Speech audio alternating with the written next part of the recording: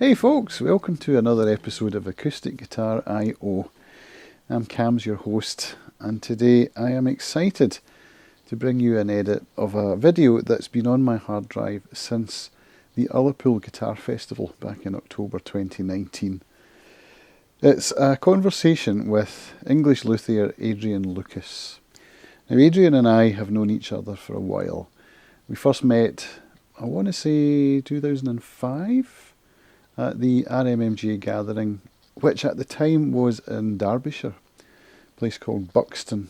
And I used to go to that gathering, I think my first one was 2005, and I went through to 2008, and then I stopped for a while, and then I started going back again. So I've been going on and off for a while, but anyway, long story short, I met Adrian again when I made my return visit to the RMMG gatherings in 2016, and this time it was held in the Cotswolds, beautiful national park in England.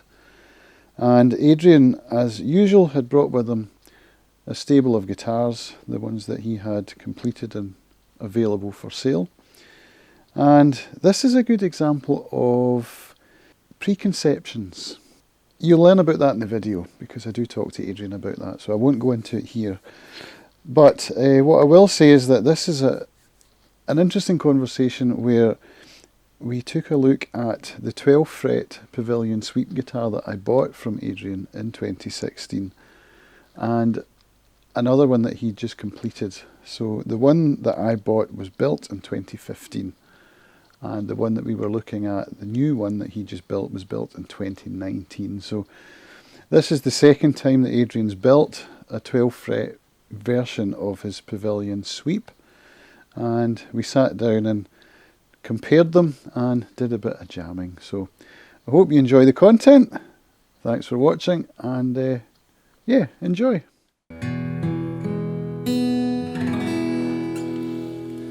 So you reckon this one's 5 years old now? Yeah, 2014 I think it says. What does it actually say? Oh, it does? Yeah. 2015. 15, yeah, so it's 4 years old, sorry. And the colour has changed on the top. Yeah, these are the same wood. So that's European? Yeah, so it's just 4 years of sunlight. Because you have it out, don't you, most of the time? Yeah. I think a bear's got to that one. Bear, yeah. Claw scratches.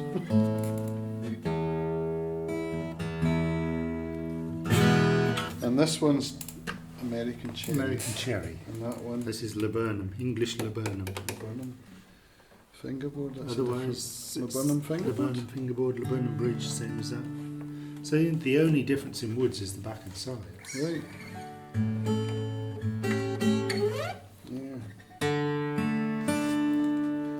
So you've just had this one away for some TLC.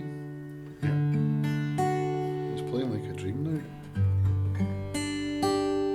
It hangs above my bed. And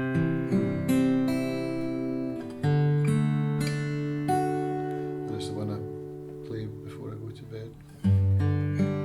When you dream about.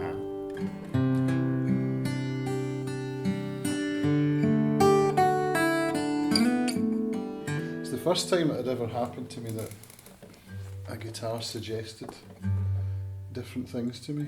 Right. Because it wasn't the kind of guitar you were used to. It wasn't the kind of guitar I thought I liked at all. And when I first played it in Spring Hill, it was an O'Carolan tune that I was playing on it with a flat pick. Right. And it suited it so well. It was a tune that we were working on in the Cayley band. Just like, oh my gosh. And it's still got that. Well, it's got more of it now. And it really did suggest things to me. It does when I'm sitting in my bed at night. That's great. And I go up and down the neck with it much easier than I do in my other guitars. Because it's got light gauge strings and it's kind of finger styling. My other guitars are more flat picky. Yeah, yeah. And of course there's nothing in the way when you get to the 12th fret. That's 14. Such a great design. What I like is the shape of the heel here. Even if it was a 14 fret guitar, you would have a kind of ledge here at the end Yeah, of the heel. exactly. And this yeah. just keeps going, and that just sits in the palm of your hand, doesn't it? Yeah, it does. It does. Right, let's swap over, shall we? This is the first time I've tried this. So it's got a different finish on it, right? Yeah, that's an oil finish. This is French polish. It's Osmo oil, which is designed for wooden floors. Right. So it should be quite a tough finish. Oh, it feels nice. And what I'm after is kind of, I wanted it to feel like you're holding a piece of wood, not that there's a barrier between you and the wood. I should let you see my Heiner Drag Centre, which I have with me. Yeah. It's in the car. Yeah. Yeah, It's an oil finish. It's a really dark wood. It's Tasmanian blackwood. On the top. On the top and Right. back and sides. Because I'd been doing the kind of history of this was when I first did this cutaway, it was on a 14 fret guitar, which meant the bridge was kind of up higher than the widest point. Yeah. And then I thought, well, we've got so much access here, there's no reason why we couldn't pull the whole thing in and get this bridge in a 12 fret position, which is what I did. And then I had a commission from somebody who came around and they tried this guitar before you had it, and the 14 fret. Yeah. And he said, can we go for something in between? So we did a 13. And Oh, okay. I'd been doing the 13 by default since then, because he found the 12 a bit too compact. Right. And then I played yours last year in Halifax, and I thought, wow, there's something going on here with the bridge right in the middle of this lower bow Yeah. that the 12 fret design gives. So this is the second one that you Yeah, built? yeah. This is the first chance I've had to kind of go back to that. Right. And how was the 13 fret received by that client? Well, he loves it. It's good, but it's, you know, you're moving a fret at that scale. One fret is not that much in terms of distance, but Yeah. just listening to it, it seems to make a difference. Yeah. And does the bracing pattern change? Well, it does, because the bracing the X brace has to pick up the ends of the bridge, so the further down the bridge is, kind of the more open the X is getting. Yeah. But then the sound hole is also moving down, so it's not entirely the case, is it? It's kind of like, but there's less going on here, Yeah. and probably more the whole plate. If you've got a really high bridge, you're kind of relying on this area to Yeah, be the diaphragm, Yeah, I've heard this is known as the sweet spot. the sweet spot, Yeah. which is why people like 12 fret guitars, and it's always that trade-off between access and having the bridge in the right Yeah. place. With this method, you can get the axis and the sweet spot in the same guitar. Mm. For me, that's how it's Yeah. working. Yeah.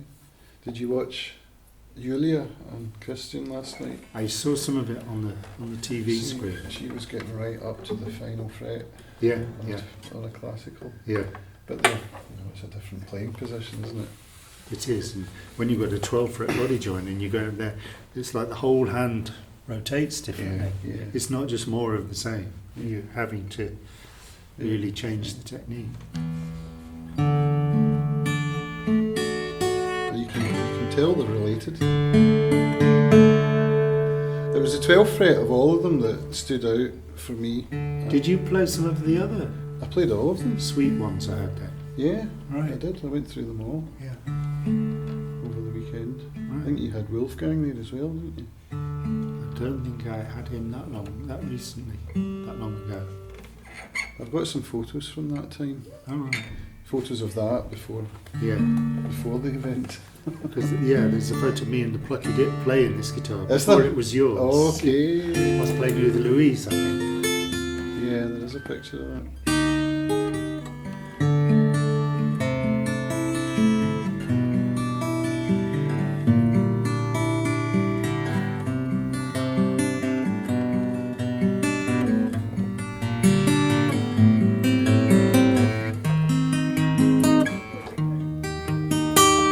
It doesn't sound tight and new. It's the same as that one, doesn't. But Which is interesting because my Kim Walker still sounds tight. Right.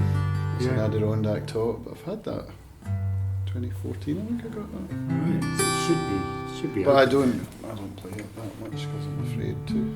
It's so damn expensive. Too expensive to play. And that's not what a luthier wants to hear, is it? No. No. I guess I've never really committed to it 100%, and that's the issue. I Yeah. don't think I will. You kind of got to put the time in, haven't you, to get the. At first, I wasn't playing it because I was so busy with gigs, and I didn't have time to play at home so much, so I started taking it out to gigs. And I enjoyed playing it, and then I got a ding in it. I was like, and I went back to I like my Santa Cruz for gigs because it's all scraped and scratched. Yeah, yeah. It's You're not like going to an old worry shoe, about it. you know, and its tone is great for flat picking. And that Heiner Dry Centre, that's the one. That's my kind of everything guitar. It does everything all well. rounder. Yeah, yeah. Well, yes, I would have bought this as well. I'm not going to, but Don't you want a matching pair? if this one had been that one at the same time, Yeah. it would have stood out to me. So you've got bone pins in this Bone one? pins, yeah, they're camel bone, I believe. Aye. Do you want to have a go and see what you think of it? Yeah.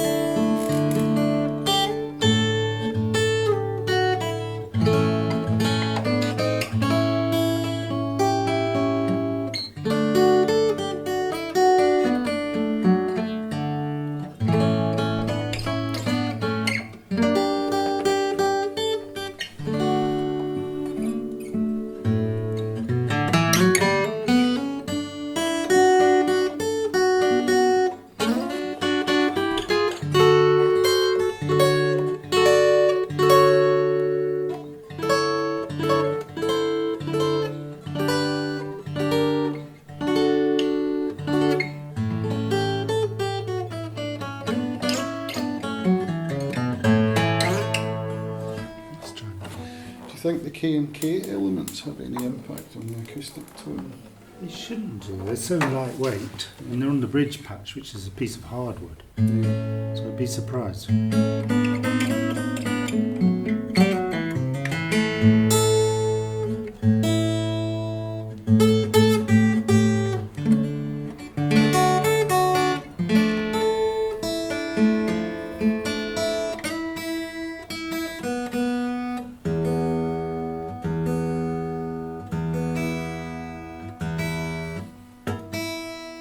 That looks nice from above.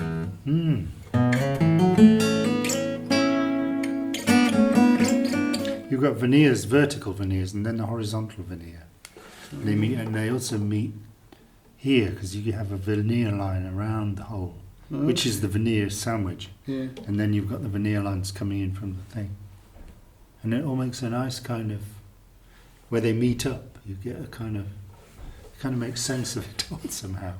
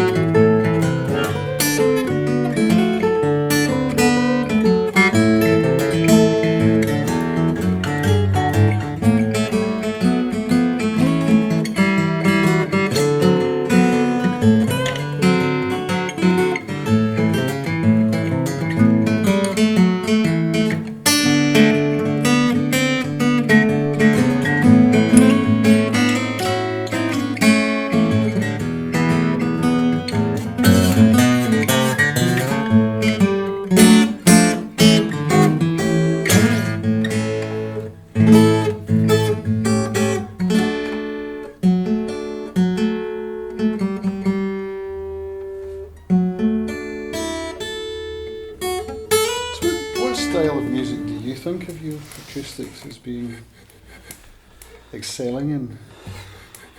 I don't like to really put a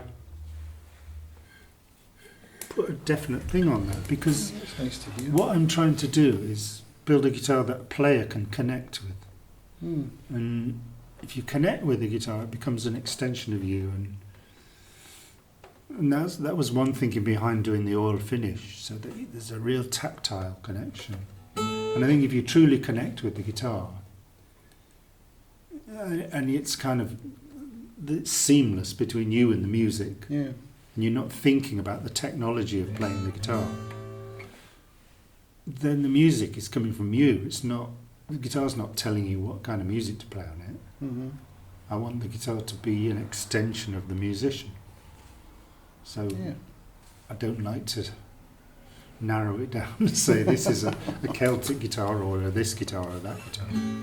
But when we spoke last year, we spoke on tape and we talked Yeah. about what your process is for dealing with clients, and one of the things you said that they do is they'll bring guitars to you, Yeah, play them and tell you what they like and what they don't like, but you'll also discuss with them what their style is and what's their style yeah. to inform what you're going to build. Mm. So if they're a fingerstyle player, would that change your design or would it change your suggestion, your setup? I mean, to a certain extent, yeah. I mean, you know, if someone's a flat picker, I would build a stiffer, harder guitar than someone who's a finger picker or a more gentle player generally. But what I found with this one was I could flat pick on it, although I would have thought of it as a fingerstyle instrument, Yeah, which is still kind of how I think of it. But it does flat pick, especially the sort of Celtic style of music. It works really well for that. And I was listening to you playing blues on that, and it sounded great. You know, and it's not a 12 fret mahogany no. Kalamazoo. Well, this is it? what I mean. Why pigeonhole it? Yeah, yeah. Music is music, and if it inspires you to play music, it's working. It's doing its job in whatever way that comes out. Yeah. I don't think the guitar should impose limits on the musician. Yeah. Nice one. I agree. So that was fun. I really enjoyed sitting down with Adrian and having a bit of a jam and to talk about his guitars and his philosophy, etc., etc. I'm looking forward to meeting him again. I mean, unfortunately, this year all the guitar things have been cancelled, so there was no RMMG gathering. There was, I don't know if there's going to be a Halifax gathering. I doubt it. And I'm not sure about the Ullapool Festival, which is scheduled for October. I've got tickets. I don't know if it's going to be postponed or cancelled or what. However, I do know that I've got a lot of content on my hard drive going back to RMMGA 2019. I still have some interviews in the can. Going back to Halifax 2019. Again, I have some recordings ready for editing. And of course the Ullapool Guitar Festival, which is my big one. I think I've got maybe 8 interviews from there that I haven't got to. And now's the time. You know, I've been working on some personal stuff. For those that don't know, I sold my post office at the end of the end of October 2019. So going into November, I started a new business as a content creator and social media marketer. And I've really been spending most of my time going through marketing courses and online mentorship programs and what have you. If you want to learn more about that, you can find out all about that on my personal podcast called Quoth the Camser. So if you go to quothethecamser.com, you'll find that. I record maybe 4 or 5 times a week sometimes, going into some personal issues, a lot of mental health stuff and addiction stuff, and just what I'm up to at the moment. So if you're interested in that, come along and subscribe, and yeah, it'd be good to have you along on that journey. But for the guitar stuff, I'm really excited to be getting back into the editing chair again.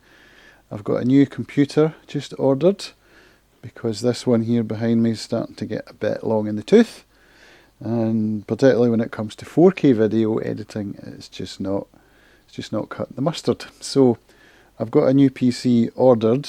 I should be hopefully going to pick it up on the mainland next Tuesday from my favourite components vendor, Custom PCs in Ayr. That's custom with a K. They've looked after me for many years, and I'm really excited to be going back to visit them again now that they reopened, and get my new computer next week. So lots of editing to get on with. I'm super excited, and I hope you'll come back and join me on this channel and watch some of the new content as it's published. Thanks for watching, everybody. I'll speak to you all again soon. Bye.